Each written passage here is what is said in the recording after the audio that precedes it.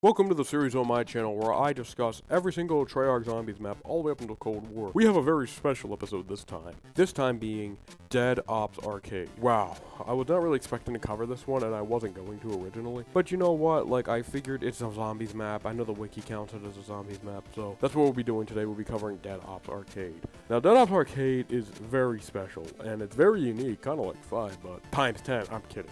Of course it's unique. It's literally like a port of an arcade game. So when you spawn in, like, you don't spawn in a map with 500 points and all that shit. No, you spawn in with an M16, and then you just gotta just absolutely destroy the zombie. You just run around for the bird's eye view. You gotta press right stick to shoot, like in the analog directions. It's really weird. It takes a little getting used to, but it's definitely really cool. I like how it has like the Kino der Toten zombies on it. Pretty much, though, you just need to survive. If you get hit once, you die. You have some power-ups. You have a nuke, which you can activate by pressing left trigger.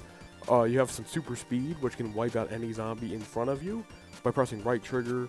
And then you have lives as well. If you get hit once, you lose one. And then when you hit 0 lives and get hit again, you actually lose the entire game, where you're then sent to like a game over screen, I guess you could call it. But pretty much what you need to do here is you need to get to wave 20. It's way easier said than done getting around 20. Well, my first attempt, I made it to round 17, which I felt like is pretty impressive, but I've had experience with Dead Ops Arcade in the past, so I knew a little bit of what to expect, but there's also like a multitude of power-ups. There's no real unique enemies. There's only really Nova Crawlers and prison zombies, which have more health, and Nova Crawlers being way faster. There's, like I said, there's not too many unique enemies. However, like I was talking about the power-ups are actually like very unique, which is really cool. Like, for example, there's a ray gun, which completely one-shots and absolutely annihilates zombies. There's a death machine, which, like, penetrates any kind of bullet-resistant zombies, like in the prison. It also fires a little bit faster, so you can actually do a lot more damage a lot faster. There's a owl, which copies exactly your movement, so if you shoot an M60 down left, the owl will do the same thing.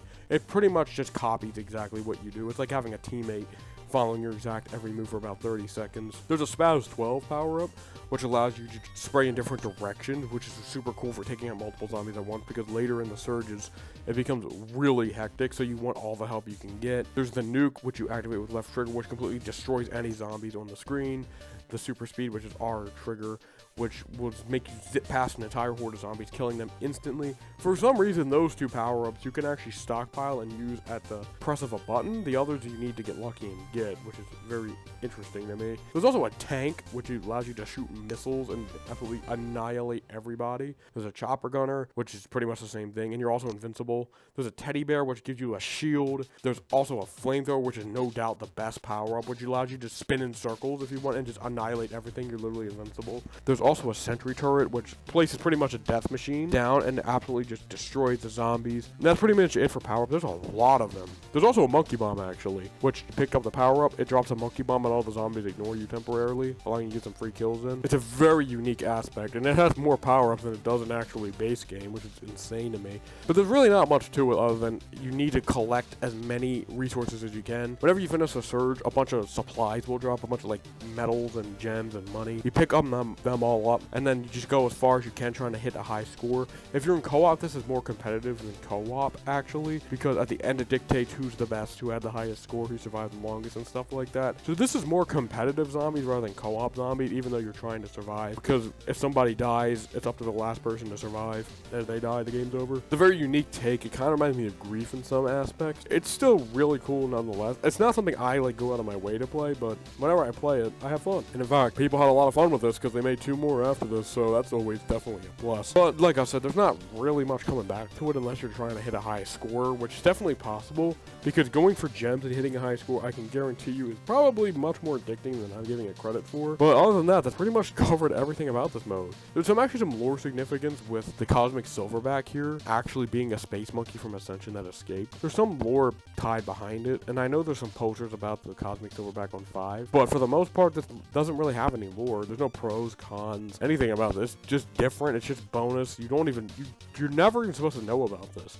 You unlock this by going up to the computer and typing in DOA. You never would know about this without some kind of guide, you know? Like, it's really neat. It's just a really nice, neat bonus mode that adds a lot but takes nothing away. It's just a solid experience.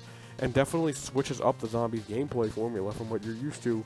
Normal round-based progression, you just got to try to get to round 20 under extremely strenuous conditions getting later into the surges. This is overall a fantastic mode that I have personally had a lot of fun with, and I definitely wanted to make a quick little video on it, going over it and what I thought about the mode, and wanted to say that I think everybody should give this mode a try. So this was a bit of a shorter one, didn't really have pros, cons, and shit. It's just a solid experience overall, and I'm pretty sure you guys like this mode just as much as I do. It's just a solid ass experience. You just can't hate it. It's just bonus content. It's free. You don't pay anything for this. It comes with the game. It's just a nice, extra fun game mode. And at the end of the day, little things like that, they add up into something to make a game even better than it already is. But guys, that's about it for today. This one's a bit shorter, of course, but we're maybe taking a little diversion from, you know, the normal round-based maps. It's definitely pretty cool. So I hope you all enjoy it, and I will see you all next time for Ascension.